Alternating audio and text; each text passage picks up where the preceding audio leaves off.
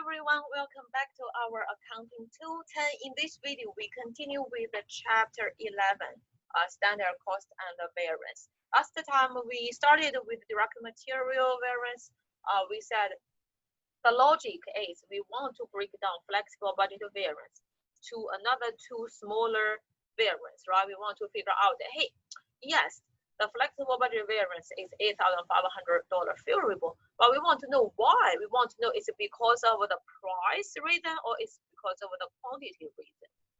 So we break it down using actual, standard, and standard, break it down to price variance and then the quantity variance. And the sum of these two variants will be the flexible budget variance. So how do we interpret our results? How do we interpret our price variance and then the quantity variance? Textbook give you a good explanation and you are expected to know this part. So calculation is one part, but you will also be tested with the interpretation. I'm not going to really read it for you, but I want you to understand the logic. So the price variance basically tells you when you purchase the price, whether you pay higher or lower price than the expected.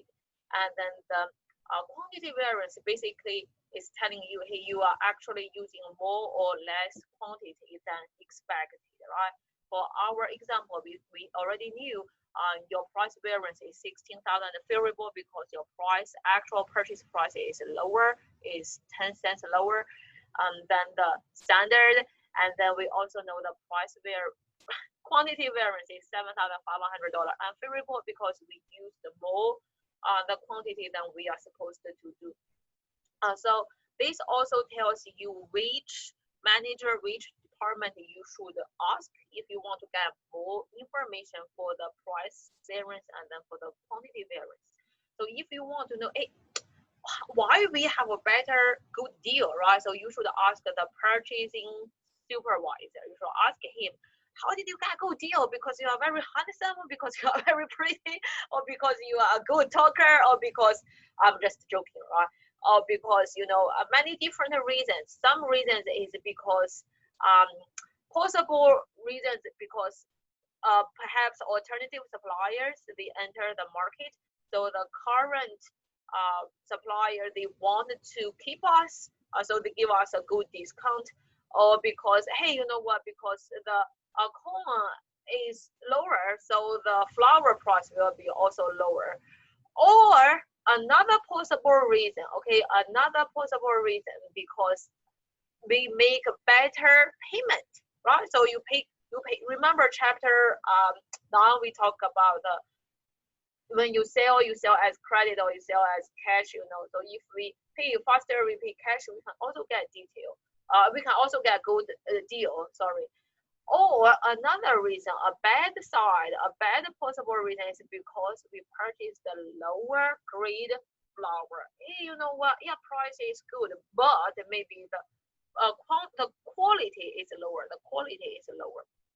So we want to know why we got good deals, because for some good reasons or for some not so good reasons, right?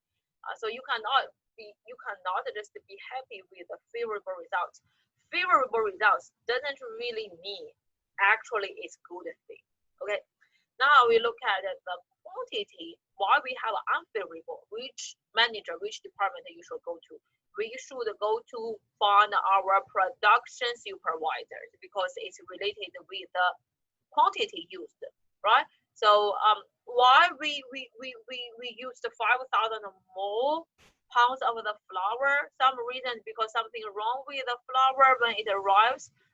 Maybe because it's the torn bags or whatever, and then because of an accident in the transportation from the raw material to our production, or because the bad chips ran by adding too much. So that's what I said. You produce the bad product, so you have to reproduce. You use the more material, right? You use the more quantity.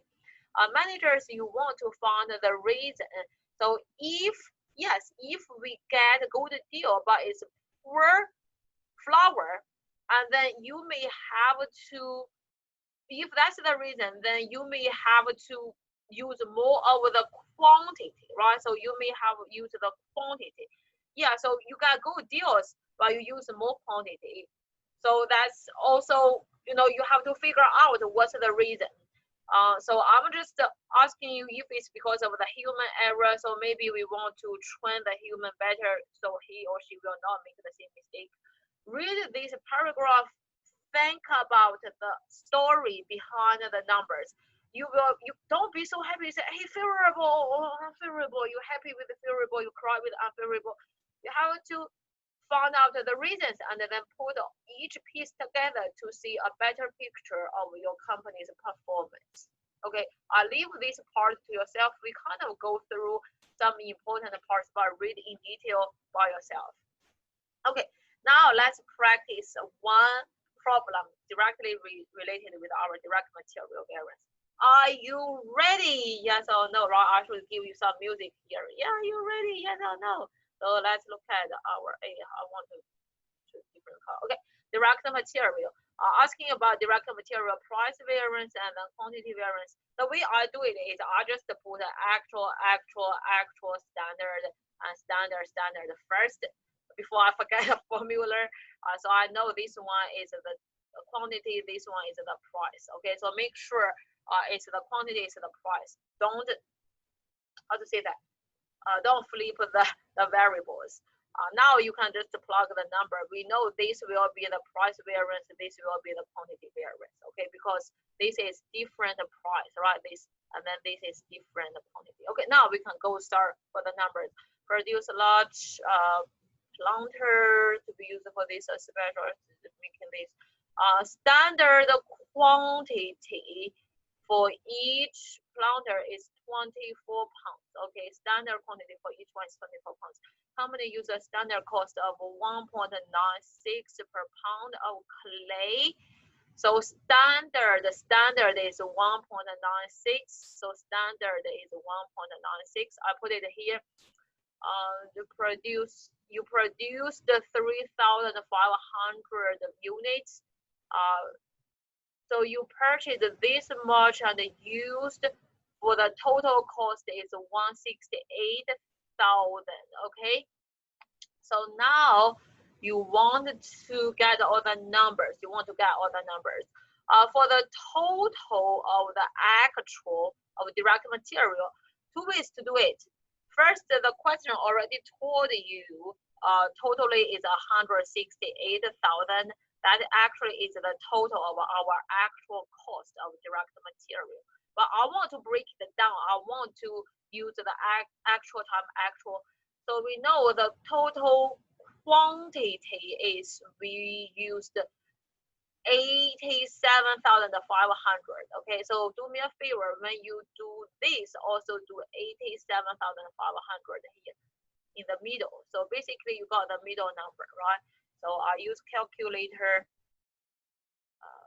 I first put the middle number there directly. Okay. So 87,500 pounds, and then each one is 1.96. So the middle number we already know is 171. Let's see, 171,500. And then, but as I said, I want to get more information for the direct material, the actual. I want to get more information. So,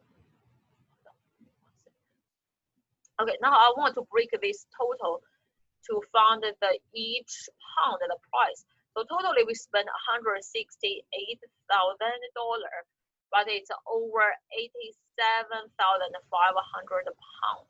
So each pound is, so I put this number, each pound is 192. Okay, so my actual quantity is this much, and then this is my actual quantity. My standard price is 1.96, and then my standard price is 1.96. Okay, but my actual price is actually 1.92. Okay, so now we got all the information. We can look at this number. Standard said it's 1.96. Okay, standard said each pound is 1.96. But for whatever reason, look at what we got a good deal, right? Our actual purchase price is 1.92 cents, $1.92. So you don't need to do anything.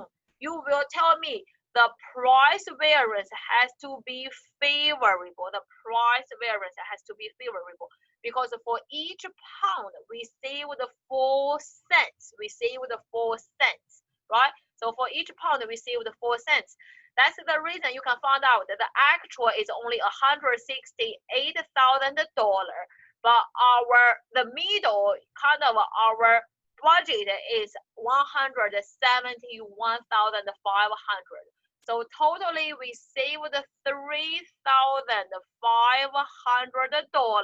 as the price variance, favorable price variance, because 1 pound we saved 4 cents for whatever reason. What can be the possible reasons?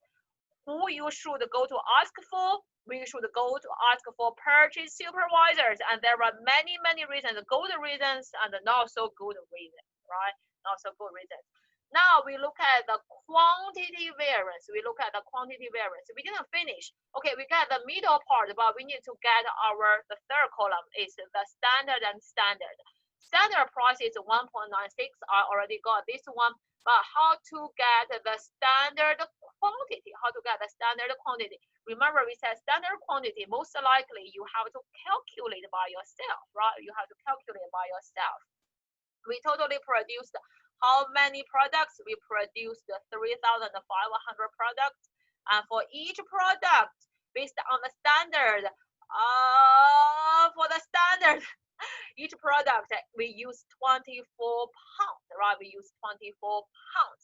So if we do this, we based on the standard, we should use 84,000 pounds, and each one is $1.96.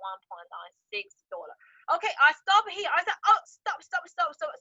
Before doing anything, I want to ask you, will you have favorable or unfavorable? Look at this second column and third column. They both use $1.96. So I don't worry about that. It's not because of the price. It's because of the quantity. Standard said to make 3,500 units, you should only use 84,000 pounds of the material. Unfortunately, in the reality, we used 87,500 pounds. So you use the more direct material than the standard. Don't do any calculation. Tell me it's favorable or unfavorable. It's unfavorable. It's unfavorable. How much unfavorable? I do this number. It will be okay. So I'll tell you the number is 164,640. Okay. So if you plug this. Time these two numbers together, it's 164,640. 640. So the quantity variance will be $6,860. Unfavorable. Why it's unfavorable? Many reasons. Who we should ask for? We should ask for the production supervisor, and many reasons, right? And then how do you combine those two together? There is a possible reason is you purchase the lower quality, lower graded of the material. So you have this good price favorable results. But because of the low quality, you have to use more quantity. Look at this one. So yeah, you save money for the price, but you waste more money on the quantity. So overall, you have this $3,360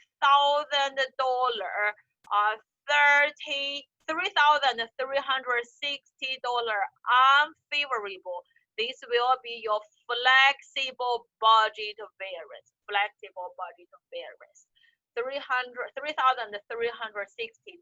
unfavorable. Okay, I stop here. One more time. Your job is know the calculation. Most likely, other parts are straightforward. It's just you have to calculate the standard